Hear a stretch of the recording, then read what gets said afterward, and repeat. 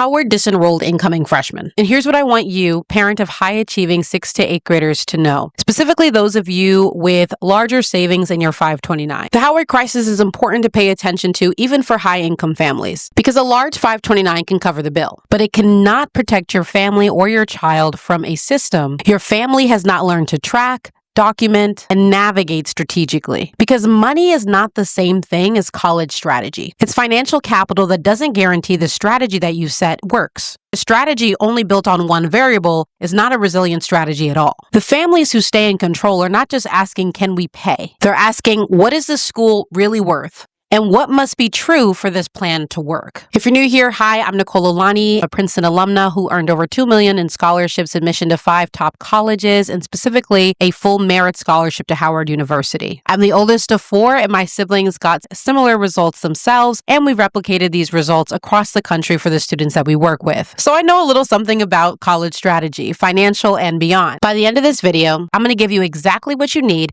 to build a college decision operating system, not a 4-year resume sprint. Because once high school starts moving, it moves fast. It's incredibly easy to confuse motion with strategy. So before I dive in, if you're interested in getting a personalized strategy for your student based on a clear assessment of what they're currently doing, I want you to go ahead and get our Ivy audit down below. It provides a personalized assessment for your student-specific college goals. If you are trying to optimize for merit scholarships or specific admission, whether that's to an Ivy League or an HBCU, it is going to lay out that blueprint on a 30, 60, 90-day timeline, as well as what you need to do over the next year, 2 years, and 3 years down the line. One of our families, she had saved over $200,000 in her son's 529 by the time he hit 8th grade. So money was not the concern for them. She wanted him to have options, not simply on the financial side, but if he wanted to go to an Ivy League, she didn't want there to be any hindrance to his admission.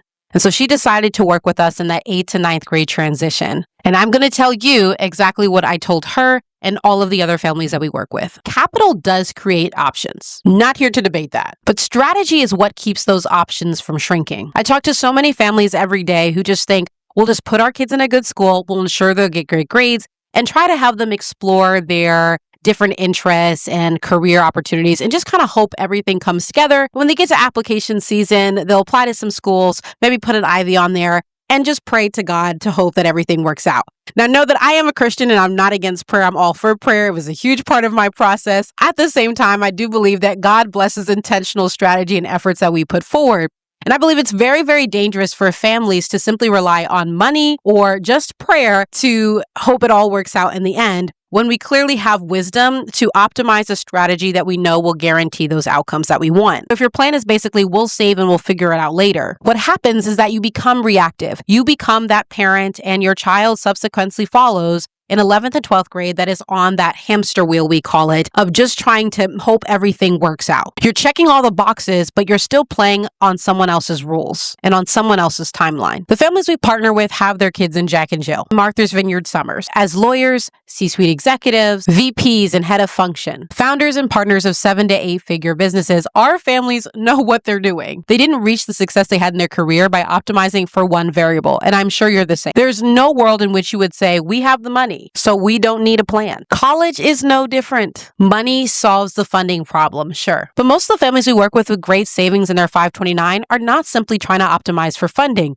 They're zooming out and asking, how can the 529 actually fund graduate school or the deposit on a first home down the line? If our students can optimize for merit scholarships now for their undergrad, it makes the leverage for the 529 that much greater, especially for those of you that want to send your kids over to med school. We want to zoom out and ask ourselves, what is our positioning strategy? How are we clarifying best fit for our student? Not just in the realm of career, but culture, identity, and direction. This is why the 8th to 9th grade transition is so critical, and starting in 6th grade and 7th grade becomes even more essential. We're not trying to simply get an admissions letter. It's about actually building the leverage that goes way beyond the outcome or the grades. Because if you don't build a decision system early, the default shows up. Here's a trap a lot of high-income families don't realize. You are the most susceptible to overpaying for college because of what we call the financial aid dead zone. And this hits middle and high-income families in such a way that college is optimized to get the most money out of your bank account rather than actually rewarding what your student should actually earn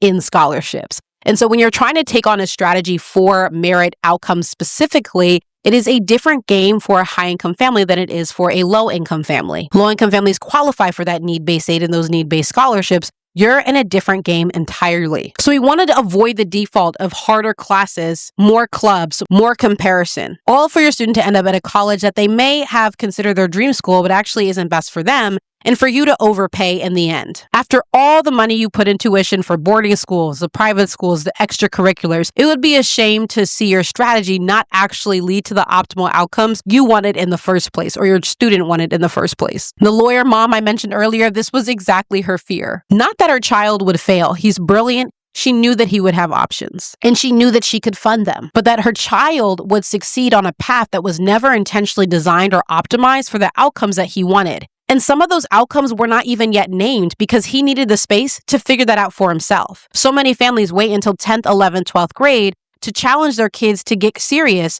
And in doing so, we often put on way too much pressure on them that just leads to them doing the thing that sounds good. When you start in 6th, 7th, and 8th grade and slowly scaffold these things for your student to start thinking critically about, by the time they have to make decisions in high school, they're intrinsically motivated, aligned, and the pressure is not coming from parent, but it is coming internally from the student and their just genuine desire to become the best version of themselves. I know that might sound a bit too good to be true, but this is the power of strategically starting early. And I put early in quotes because we have to shift what we're optimizing for. When we shift what we're optimizing for, we realize that the starting point was never late high school. It was always in middle school. I have several videos on the channel that align with a 6th, 7th, and 8th grade strategy specific to your student. So go ahead and watch that 6th grade video here. And you can also find the 7th grade video up here as well. So if you're watching this and you're realizing we have the 529, but I don't actually know what our positioning goals are, that is exactly what the Ivy audit is meant to uncover for you. It's a personalized readiness assessment that will be specific to your student, to your family's goals. So go ahead and get that with a link in the description. Find out where your student actually stands and what you're actually optimizing or not optimizing for, and avoid guessing for another year. Now, the last reframe I want to leave you with protects your power. Do not build a college plan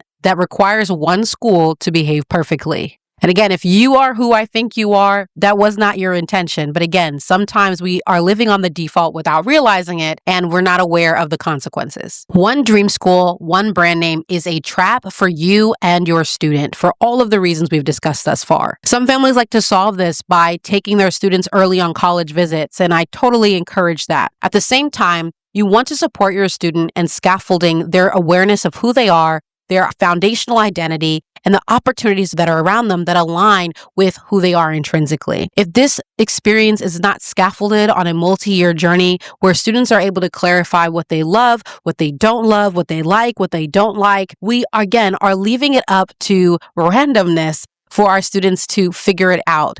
And that question gets even more expensive when you're paying your high school tuition fees or your college tuition fees. Even more expensive for your student if they're graduating college still without clarity about what they want to do next. So many families think that we can't scaffold for this. It's not intentional. But all of the data, all of the literature, all of the research says the opposite. Students in middle school are designed for fulfillment and purpose. Not because they're going to discover the career that they want in 6th grade and never change, but because purpose is inherently something that evolves and grows as we get more clear about who we are. So don't put age as a limiting factor to your student's ability to start that journey today. If you're not convinced this is possible, I want you to go ahead and listen to this story as well. One of our families that started with us in 6th grade, their biggest fear was that starting college prep early would put too much pressure on their kid. And after starting with us, they realized it was the opposite. It relieved the pressure. And finally, before you go, with the link in the description, get that personalized audit for you and your family. And I look forward to seeing you in the next video.